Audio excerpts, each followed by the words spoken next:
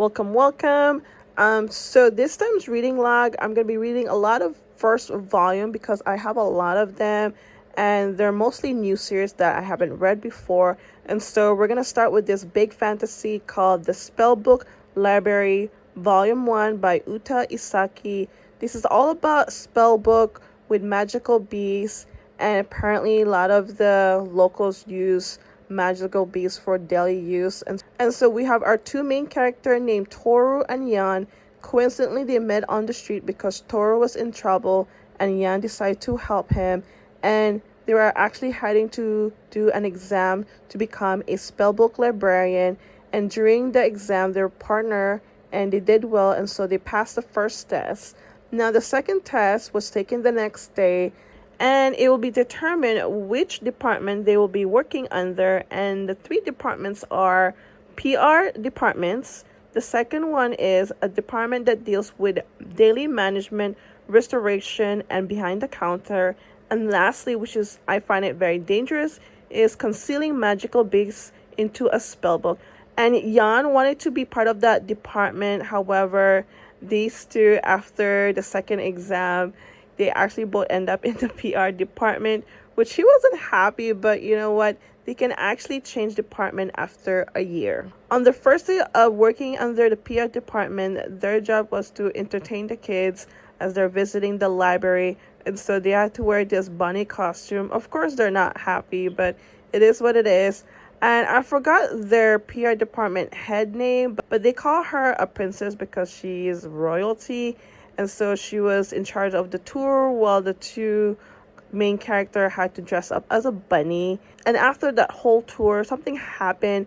Two children were missing, and then suddenly, so there's two different houses in the library. You got the ceiling house and the public house. The public is for the main public. The ceiling house is where they deal with magical beasts. And then something happened in that house where a book suddenly was out of control and a magical beast came out, and they found out that the two children were either kidnapped by this magical beast. And so at the very end, there was a huge chaos, and Toru and Yan and their instructor were nearby, and so they had to do their best to conceal the magical beast until the sealing department arrived. And now when it comes to Toru, he's a bit mysterious. He might have some magic in him, and so he did what he could, and the end kind of again left a cliffhanger. And so I'm like, I can't wait to read the next one, of course. I do want to talk about a little bit our two main characters. So we got Toru. He met Yan on the street because he was in trouble, and so Yan decided to help him. Now, when it comes to Toru all his life has been living in his manor. I'm not sure if he's rich. All his life, all he did was read a book, and so that's what inspired him to become a spellbook librarian. And then Yan, he just have a bad reputation because he's sort of angry all the time, or he has a very short temper, and so he gets in trouble a lot in the street because he's very tough, I guess. And so yeah, that's our two main character. And then the instructor of the PR department, she's royalty, and her peers around her, either they don't like her or they want to treat her differently just because she's royalty. Other than that, she doesn't really care anything what people think about her. She's just very ambitious with her job. And yeah, this story is really not bad. I like it so far. It's been compared to card captures because they have to conceal beasts into a book, but in the card captures, they have to seal magical or supernatural beasts in a card. And then I don't know why it's being compared to Witch Hat Atelier. It doesn't even compare to Witch Hat Atelier in my opinion. But yeah. Okay, let's flip through the pages. So the main cover is our main character, Toru. And then the first couple of pages is actually colored. And so that's Yan, the head PR, and Toru again. I think the illustration here is not bad, to be honest. So again, I don't know why this is being compared to Witch Hat Atelier.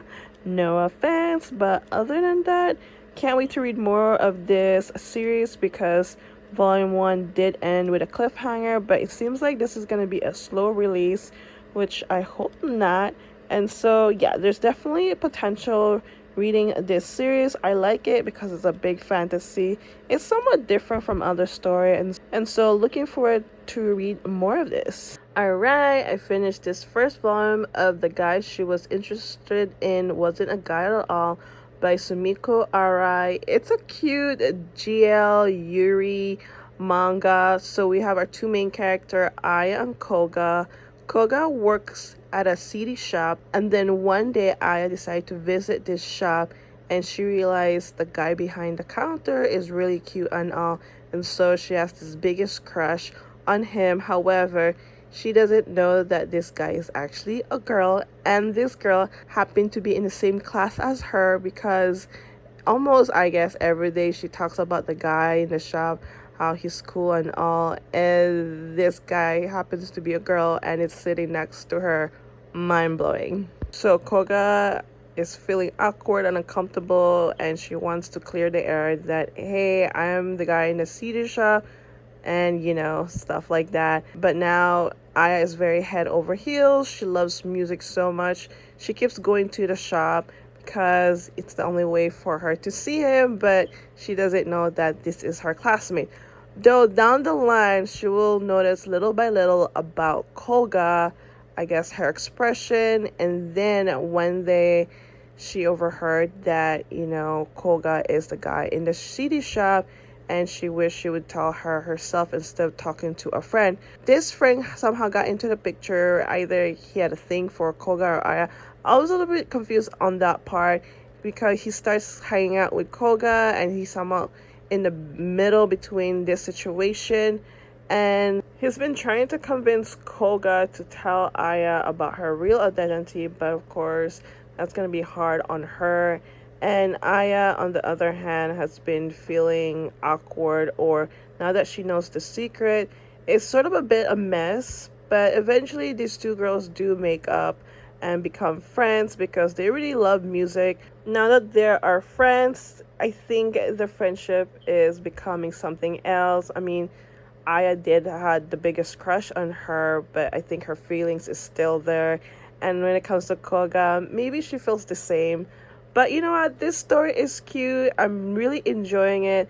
At the end, it kind of shows how Koga started to feel like, I'm gonna be who I am, I'm gonna dress the way I am. But in school, she actually dressed a little bit different.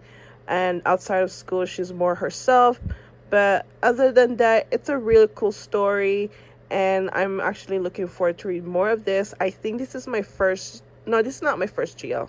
But, And when it comes to music, if you listen to rock, you'll definitely see a lot of familiar band like Foo Fighters, Chili Peppers, and Nirvana, which is kind of cool because, I grew up listening to Foo Fighters, not really Nirvana. I do like Chili Peppers songs, but not all. But yeah, it's a really cool story about music, about friendship, and of course there's romance. And it's also about self-discovery because Koga, she's trying to be who she is and not change for the matter.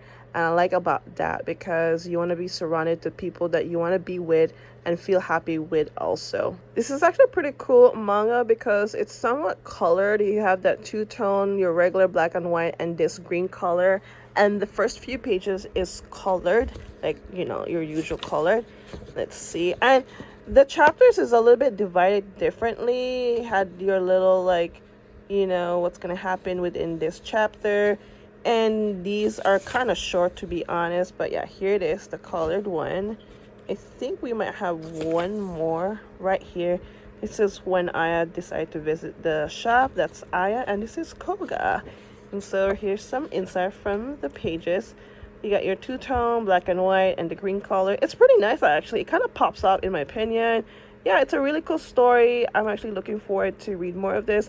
Since it's sort of like two-tone and colored, really nice quality. It is about $20. And so, yeah, it is what it is. But yeah, really recommend this story. Definitely try if you can. All right, I just finished reading this first volume of Magic Lumiere, Magical Girls, Inc. Story by Seka Iwata, art by Yu Aoki. I'd say it's a big fantasy in the modern world. You got all these magical girls working under a company where they have to control and exterminate these monsters called Kai. Then our main character, Kana Sakuragi, she's just like a normal girl trying to find a job. However, it hasn't been successful until one day the place that she was getting interviewed was getting attacked by a Kai monster, and then out of the blue, a magical girl appeared and tried to fight the monster. However, she needed help with her device in order to reload, so this way she can bring out more power. When it comes to their power, it's mostly a magical equipment. I'm not sure if these girls has naturally have power or they just use this magical equipment that's used by technology.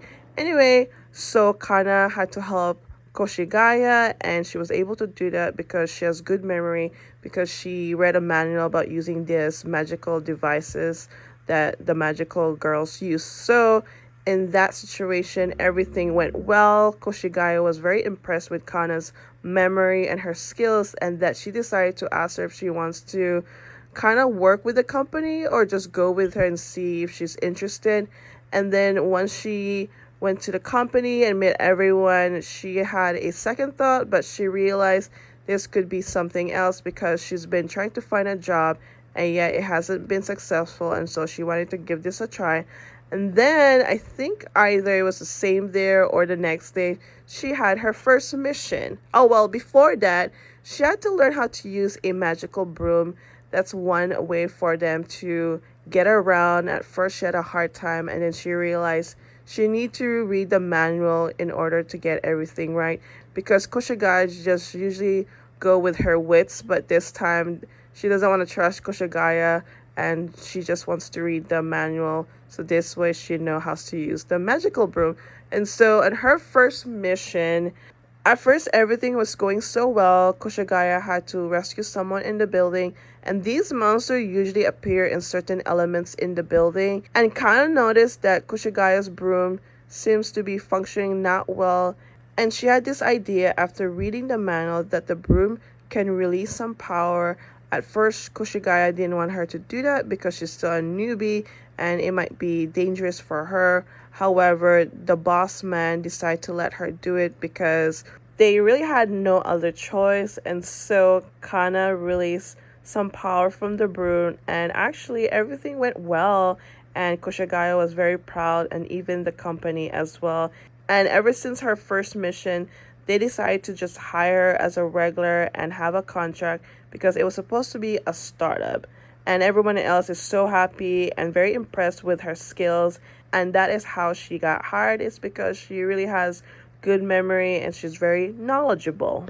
I think this story is pretty cool. I really like it. I don't mind the whole quirkiness about using magical equipment. I think it's great to read something new and refreshing. I'm not sure how many volumes are out there yet because I'm not familiar with this manga. I only know is that there is an anime out there. And of course, I'm looking forward to read more of this manga. So this is Kana, Koshigaya, the boss man, and the assistant. There's another guy in the picture. He's more the engineer for the company. Okay, so I think the first page is colored right there. And they also use this magical item for them to transform into their magical girl's uniform. It's pretty cool, to be honest. It's kind of fun to read too. But yeah, so here's some inside. The illustration is really nice. I forgot to mention, in order to contain the Kai monster, there's another item to exterminate the Kai monster, but it looks like a USB. Let me see if I can find where is that USB thing. But yeah, I apparently I can't. Maybe I'll just add a picture. Oh wait, hold on. Right there. This is the magical item that will exterminate and contain the Kai monster. But overall, really like the story.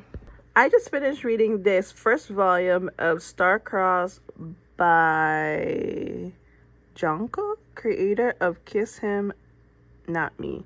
Never heard that, but oh my god. The first volume was so hilarious. I couldn't stop laughing. It's a really good manga so far. I can't wait to read volume 2. So we have our main two character. Okay, hopefully I get this right. This is Chica and this is Azusa. She's a big fan of Chica because he's a idol. He sings with three other member and she's a huge fan of him once again. So she went to a concert and she was in the front line and something happened. So she basically saved his life because a light fell on top of him. Then they both woke up in a different realm and they were talking to a god. He was saying like, "Oh, I'm sorry about what happened. That's not supposed to happen." And so they were able to return to their time. However, something happened between these two. Well, they switch. So Chica is now Azusa and Azusa is Chica. Holy cow. It's almost like Freaky Friday. If you know, you know. These two are going crazy. They don't know what to do. But God said that they'll do something and fix the situation. They do eventually switch again. But something happened. She went back to another concert to resume what happened prior because of the incident. So they had to resume and continue the concert. And they switch body again. Like, they don't know what cause of it. They're trying to figure out. Eventually, like, the manager of Chica had to learn the truth. And now he's involved because Chica has been, acting weird. He's not himself. And, of course, same for Azusa. And so now the three of them are just trying to figure out what's going to happen next. Well, they do switch for the sixth time or fifth time. I can't recall. But the last time they switched, it stayed the same. They never switched since. And then, Azusa went to her, normal life, going to school because she's only 17, I think.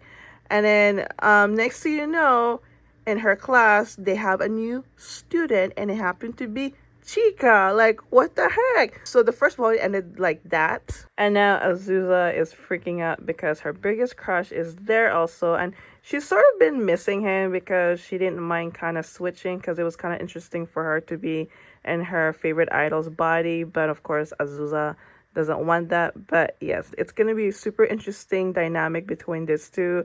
Are they going to switch again? I think they will because they don't know what caused the switch. And oh my god, I can't wait for volume 2. I actually stumbled this manga buying a bundle, I believe either in Mage's Emporium or Pongo Books. It seems somewhat interesting and it's kind of fun. And you know what? It was worth to read. I definitely recommend it if you're interested in something like this. It kind of reminds me of Tamon's B-side, but a little bit different because, these two switch. Because it kind of reminds me of, Pop Idol, and you got that other character who's a big fanatic, if that makes sense. I did a little research. This is actually a short series of just 4 volumes, so not bad.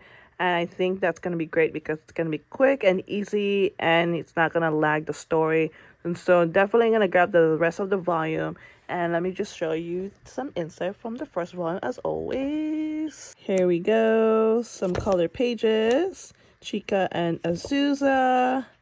Oh my god, so funny. I really like it a lot. Can't wait to read more of it. I'm so glad it's a short series because I sometimes prefer short series. Again, that way the story doesn't lag and it just get to the point. Yeah, illustration's really nice. I just love it. It's just straightforward. I think the story just flow beautifully and yeah, can't wait to read more. Here we go. Just finished reading this manga, volume 1. This one's called Nina, the Starry Bride by Rikachi. So this story wasn't so bad. I really like it because there's some twists here and there. So we got Nina. She grew up very poor. One day her parents pass away and then she's living with these 2 brothers. However, being poor has been very hard on them, especially food and medicine, that one of the brother actually passed away. So the other brother decided to actually sell Nina because these people are looking somewhat a very similar person because this person, something happened and basically they need a double that will replace this person who happens to be a princess. So of course she was in shock that, a friend would do this, but down the line, her life is a little bit better. She doesn't have to worry about food and everything. However, of course, there's going to be tons of con being someone who she's not. So basically, she's become a princess because of her blue eyes, because prior, whatever happened to the other princess, she also had blue eyes. So they realized she could be the right person. Now, the only bad thing about her replacing this princess is she has to get married in a month after this. And she decided to agree because she had no choice because she was being sold. And then this guy next to her is apparently supposed to be the half brother, because in this kingdom you got half brother and half sister, because the king marries, or you know what I mean. And throughout this whole time that she's pretending to be someone she's not, she needs to learn a lot of things in order to become someone else. However, she's been feeling lonely, and the thing that she missed most is someone calling her by her real name, which is Nina. But now that she's pretending to be someone else, her other name is Alicia. And so one day she actually slipped out of the palace because someone told her how to leave the palace. And the boy next to her, his name is Azuri. He actually followed her just to make sure she's safe, because she actually went back to the place that she used to live. But apparently the boy is nowhere to be found. And, she's been feeling lonely because, she wants someone to call her by her real name. And it's the same time she missed being outside. And then suddenly there's these bad guys decide to attack her. And Azuri realized that they may be after her. But in the story, there is a bad guy. I think they want to know the truth about Nina because they think it's not the real princess. So these bad guys are trying to find the truth and at the same time probably kill Nina. However, Azuri is very skillful. He was able to defeat them and kind of like hush them, because they kind of found out the truth about her, because she is actually wearing a wig, because originally she has short hair and one of the bad guy pulled out her hair and then found out the truth, and so Azuri had to hush them out. Sorry if that was confusing. After that incident, Azuri told Nina, if you want to leave and run away, go ahead. But Nina decided to stay and told him what she really wants is someone to call her by her real name. And so Azuri decided to call her by her real name only if they're alone. And so this story is really good. I like it so far. I don't know anything about this manga before reading it. All I know that it's somewhat popular. I think it might have some mixed review. I'm not quite sure. I decided to get this because it was on sale, and yeah, not so bad. I really like it. And so here's some insights. So this is Nina and Azuri. They're like half brother and half sister, because different father. No, different mother. Wait, different mother. So here's some color pages. Here we go.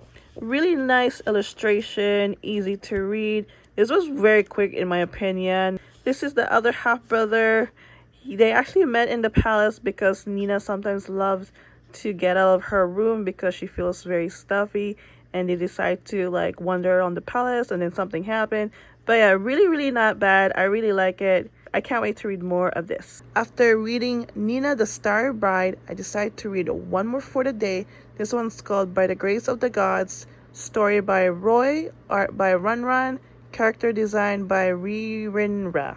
Kind of interesting how it all started with an R. So this is an isekai fantasy story. Our main character, Takebayashi, was reincarnated after passing out due to a sneeze. And then he was transferred to another realm, and he was faced by these three gods, and these three gods decided to reincarnate him and give him another chance. It is because they needed his earth soul to create more magic in this world.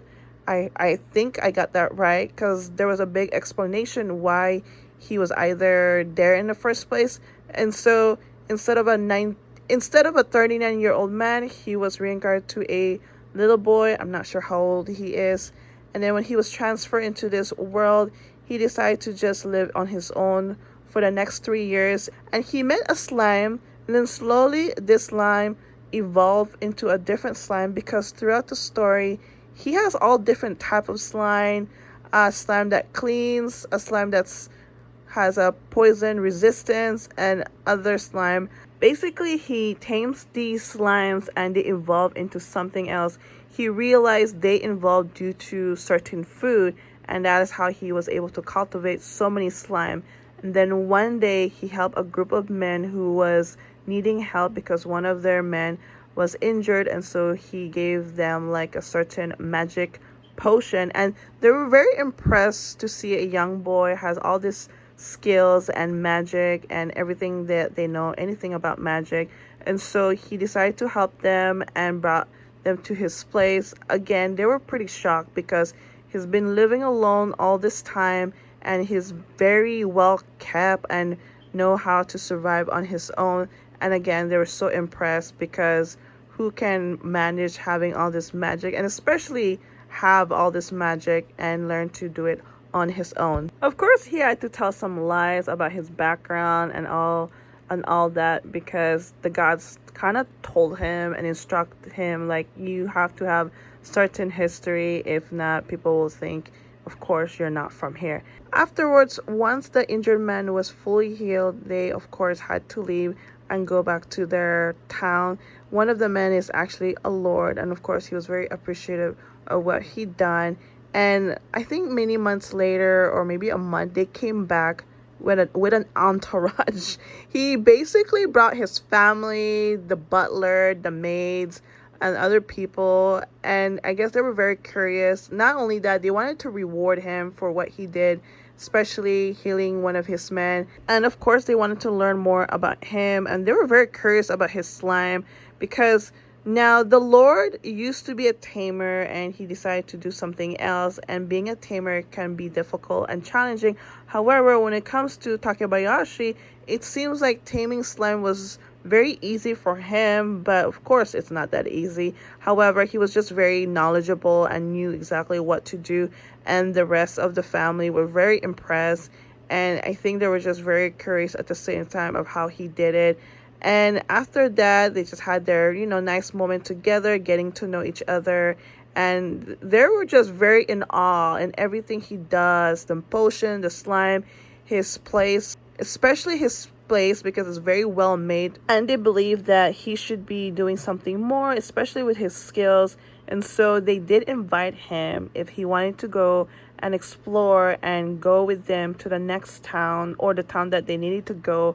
It's because I think they just felt like he needs to be with someone else, or maybe he's feeling lonely. And so he decided to say yes, and he was able to bring his slime, because these slime can group as one, I guess. It was kind of interesting to read. And so he has 4 major slime. And the very next day, they were heading to their destination, and Takebayashi was excited, and he had to seal his place because he might return, because they only gave him an option like, why not just come with us and then you can come back to your place on our way back home, because I think they're visiting this certain place for a certain reason, not sure why. And so once they reached this certain destination, he was excited because it was his first time seeing another place. And when he entered, he had to place his hand in this orb ball, and they were pretty shocked that his skill is out of this world. It was blue, and also it was recorded that he defeated and captured a very bad guy, and of course he was rewarded. Everyone was in shock to find out what he did, and it seems like there's this big mystery guy, which is him, and he realized, oh my god, I'm standing out, which he doesn't want to. And so that's how the volume ended. All in all, this story is great so far. I'm really liking it, enjoying it a lot. The fact that the people around him are very curious and so kind and supported. I'm also looking forward to his next journey, because who knows what's going to happen next. And so this is Takebayashi and the 3 Gods. Here's some illustration. I really like it. That is his original form until he was transferred to a boy. And I like that this story evolves on slime, because other stories, they don't really talk about the slimes that much, or they just have them on the side, if that makes sense. And so looking forward to read more of this isekai, and thank you, Lizzie, for recommending this manga. I'm gonna end this reading log with Tokyo Babylon, the first volume by the famous mangaka named Clan, our main character Subaru, who has a twin sister named Hokoto, and they also have a friend named Sesshoru. These two families comes from a famous exorcism clan, and Subaru goes to all different clientele who needs help if someone is getting possessed by a ghost or a demon. And there was an interesting case where a Tokyo tower was acting strange due to an earthquake, and he found out it was caused by a ghost. And I think the story is pretty much straightforward. He's an exorcism who goes out there, trying to stop demon and ghosts. And at the same time, there's somewhat like a weird relationship with him and Sesshoru. I think it's because the sister is very silly. She likes to tease them being together or being in love, especially the fact that Sesshoru has been kind of like honest to Subaru that he loves him and stuff like that. There is an age gap, and so that's a bit weird and strange. I heard about this manga before. It had like a mixed review, and I was well aware about the relationship, about the two characters. In my opinion, it does sort of bothers me because I feel like half the story is about the sister just being goofy and always teasing about Subaru and Sesshoru being in love, but that's not entirely true because Subaru doesn't really feel the same way for Sesshoru, if that makes sense. But overall, I think the story is not bad. I do want to give this another go and see what volume 2 is all about, but I think it's just going to be all about exorcism. And the case is somewhat intricate. It doesn't like feel like it's redundant, and I'm not reading the same thing. And yeah, I'm just looking forward to see what else he's gonna have to face through, and hopefully this whole silliness about him not really falling in love with Sesshoru, but Sesshoru seems otherwise that he does love him. It's not going to be all about that, and focus more what the story is all about. And then at the end of the volume, I don't know if whether that was a dream or not, he met a man by the cherry blossom tree, and he was saying that the cherry blossom is somewhat red because there's like dead bodies buried underneath the cherry blossom, and he's trying to compare whether if this person is Sesshoru. However, Sesshoru did say something somewhat familiar in his dream, and now he's kind of getting confused. So that was somewhat, interesting and kind of make me want to read more. I believe there's already 5 volumes out there, and the 6th one comes out this month. Now, this is not the original cover since this manga came out in the 90s, so I think they revised the cover, and then every volume has different color. So again, it's pretty thin, it's pretty much straightforward, easy to read, and very quick. And the first couple pages is colored. This is the twin brother and sister, Subaru and Hokoto, and their friend Sesshoru. He runs like a vet, and so they always hang out in his place. The illustration is pretty nice. There's a lot of action, and I really like it so far, even though there's a lot of silliness and the weird relationship between Subaru and Sesshoru. But I guess we'll find out more about that. Yes, definitely looking forward of this manga.